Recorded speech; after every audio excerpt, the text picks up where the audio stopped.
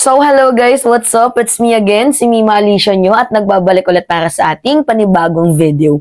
So, finally nga po guys, no, nagkaroon na din ng kaginhawaan ng peace of mind itong si former Senator and Attorney Leila de Lima. Dahil nga po, breaking news today, yung kanyang pangatlong drug cases ay acquitted na po. So sa mga hindi po nakakaalam guys, itong si Leila de Lima, kinasuhan po ni former President Rodrigo Roa Duterte ng 3 kaso. Hindi lang isa, hindi dalawa, but 3. 3 po yung ikinaso kay former Senator and Attorney Leila de Lima at lahat po yun ay related po sa droga. Na itong si Leila de Lima daw po ay, di ba kung matatandaan ninyo nung 2016, electionist, di ba? Kumakandidatong senador. Itong si former Senator Leila de Lima, and we all know na itong si Leila de Lima ay isa pong masugid na kritiko, literal pong critics nga ni former President Rodrigo Roa Duterte, na lahat po ng mga baho ni Digong nung tumatakbo pa lamang pong bilang presidente, itong si former President Duterte noon ay ini-expose niya. And talaga nga namang binalikan siya ni Digong nung nanalo nga po itong si former President Duterte. So sinampahan po siya 3 kaso at lahat po yun guys ay related sa droga. So yung unang kaso nga po guys ni former Senator and Attorney Leila de Lima, acquitted po siya panahon ni Digong 2021. About nga po guys sa Bagman Money. Tapos yung pangalawang drug case niya na acquitted din sa panahon ni former President Duterte kasi itong si Ragorba, if I'm not mistaken. Tama ba ako guys? Bribery case kasi yon, na kung saan itong si Leila de Lima tumanggap daw po ng 10 milyong pera na galing nga po guys sa droga na nanggaling doon sa Bilibid. Tapos yung ginawang witness ni Duterte na ang pangalan ay si Ragos ay bumaliktad din. Kaya nagsilbing humina yung kaso humina yung kaso ni Duterte dito nga po guys kay de Lima. Tapos yung pangatlong case niya is acquitted na siya. So ngayon, ito nga guys, madali ang vlog lang to. Pagpapahayag lang natin to ng suporta kay Leila de Lima. So ngayon, ito yung sabi sa balita.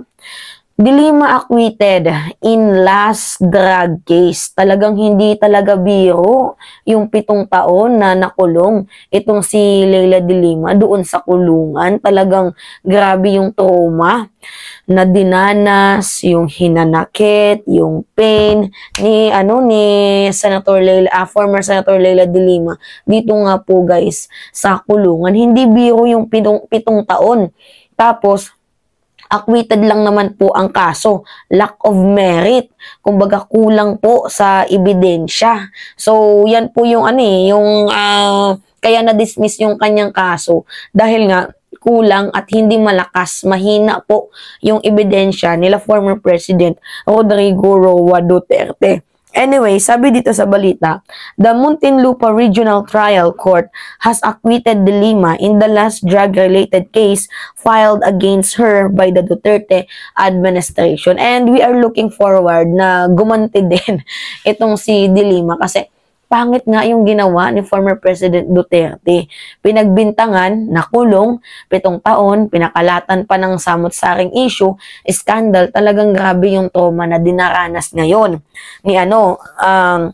Yung trauma na dinaranas nga po guys ni former Senator and Attorney Leila de Lima sa panahon nga po guys ni ni former President Duterte. Kumbaga binraso niya yung batas. So ngayon nga po guys, korte yung nagdesisyon dito. So respetuhin natin, ito yung naging desisyon ng korte, and happy naman po tayo sa naging resulta kasi ang lumalabas dito guys na itong si former President Duterte, ginamit niya ang kanyang power para kitilin, tanggalan ng boses yung mga taong nagiging kritiko sa kanya. Paano hindi magiging kritiko? Ang dami namang ginawang ka-critics nga ni former President Rodrigo Roa Duterte. Anyway, sabi pa dito, Last March, her camp filed a demurrer to evidence to dismiss the third and the last case against her.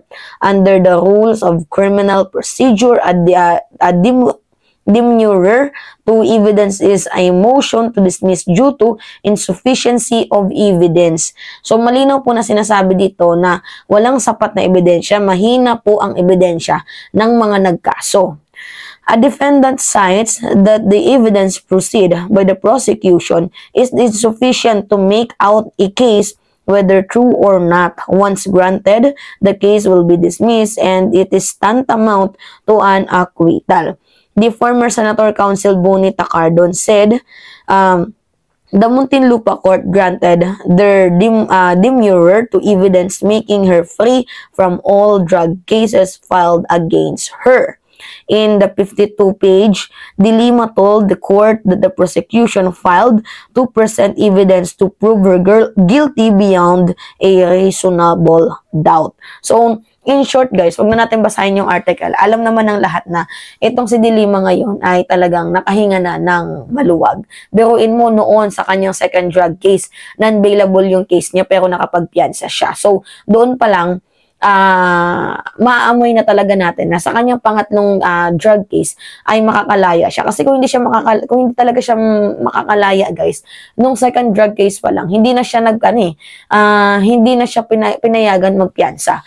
Ngunit dahil nga sa kagagawa ng mahina yung ebidensya, lack of merit, yung mga ibinintang sa kanya ng former administration, napagbigyan po siya na magpiyansa, magbayad ng bail. Dito nga po guys sa kanyang kaso, yung pansamantalang kalayaan. And ngayon, na nakapagdesisyon na, so free na nga po talaga itong si former Senator Leila De Lima. And we are happy for the result. Kasi nalaman natin na binraso nga ni former President Duterte itong kaso ni De Lima. And we are looking forward sa best revenge ni former Senator Leila De Lima dito nga po guys sa kampo nila Duterte. At ngayon may nagko-comment, pinalaya daw ni President Marcos itong si Leila De Lima. Where in fact, 2021 po yung first acquittance case. Acquitted si Leila De Lima, 2021 po, panahon ni Duterte. Tapos yung second drug case niya, panahon ni President Marcos. Wala pong binaraso dito ang ating presidente. Hinayaan niya yung rule of law, hinayaan niya yung korte kung ano man yung magiging desisyon, kinahantungan ng kaso ni De Lima. Hindi po ito pagpabor ng ating administrasyon kay De Lima. Hinayaan lamang po ni President Marcos na mag-work ang ating justice system.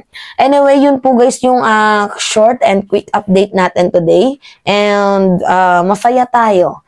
Congratulations, Leila De Lima. And hoping sana na, kasuhan mo itong si Digong. Balikan mo. Ginago ka diba? Anyway, it's me again guys, si Mima Alicia nyo at nagbabalik ulit para sa ating panibagong video.